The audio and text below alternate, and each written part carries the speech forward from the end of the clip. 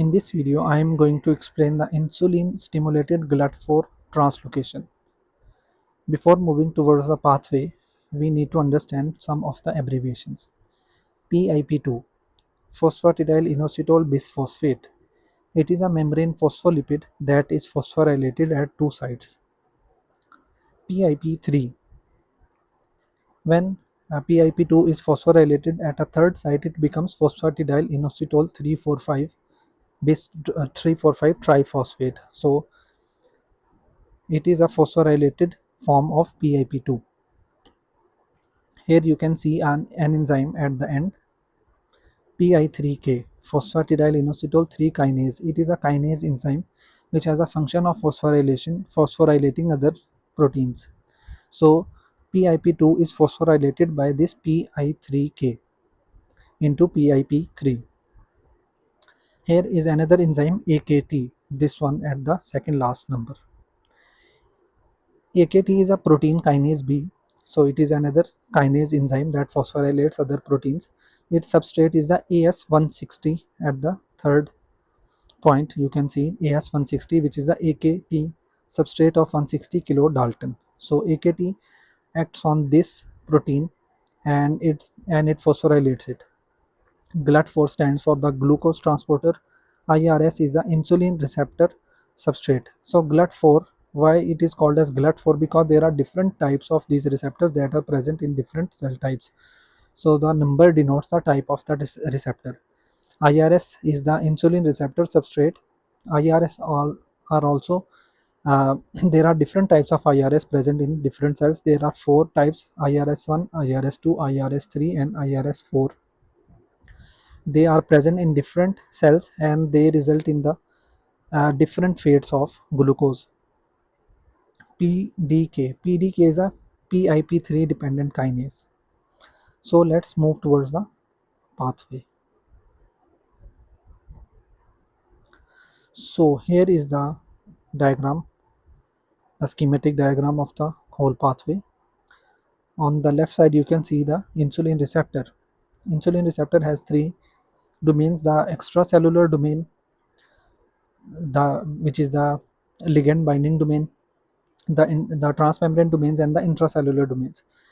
So when the insulin binds to the receptor, it causes a conformational change in the receptor. As a result, the intracellular domain of the receptor is phosphorylated at certain tyrosine residues.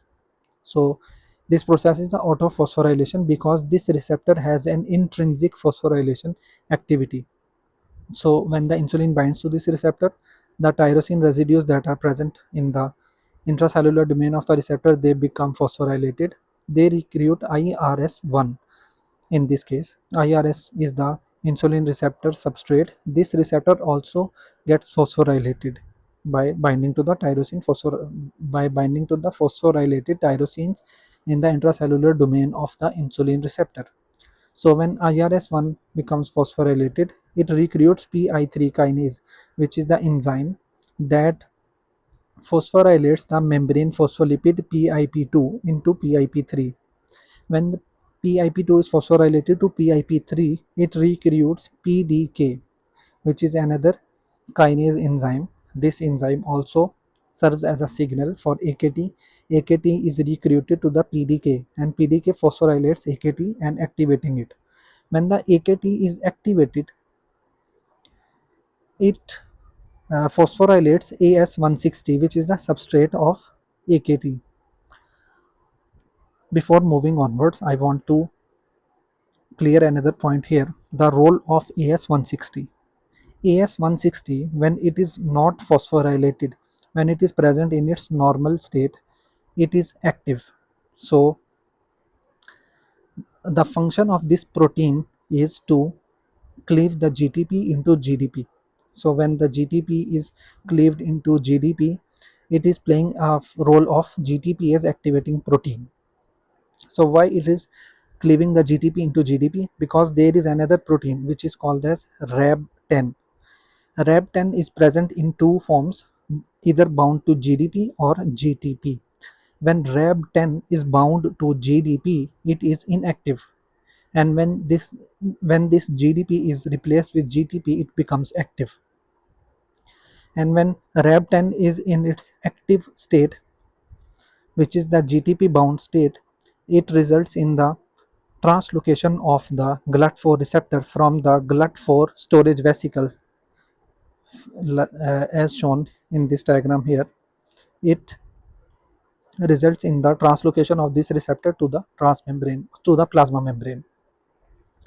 So when AKT is phosphorylated, it is active, and it goes and it phosphorylates AS160. AS160, when it is phosphorylated, it becomes inactive. So it can no longer cleave GTP into GDP. So the Rab10 is present in GTP bound state. So when the Rab10 is present in its GTP bound state, it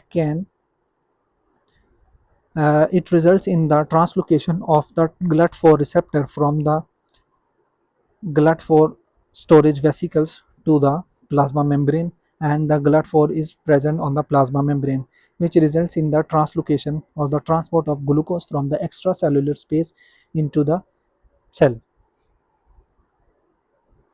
So AS160 is a GTPase activating protein.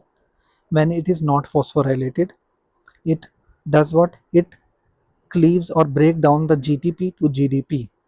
When GTP is broken down to GDP, the Rab is bound to GDP and Rab is inactive. And when Rab is inactive, it can no longer perform its function of translocating the GLUT4 receptor to the plasma membrane.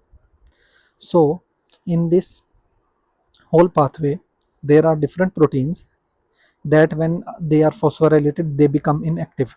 But AS160 is a protein that becomes inactive when it is phosphorylated. I hope you got the understanding of this pathway. So this was the whole story of this pathway. Thanks for listening. Like, share and subscribe.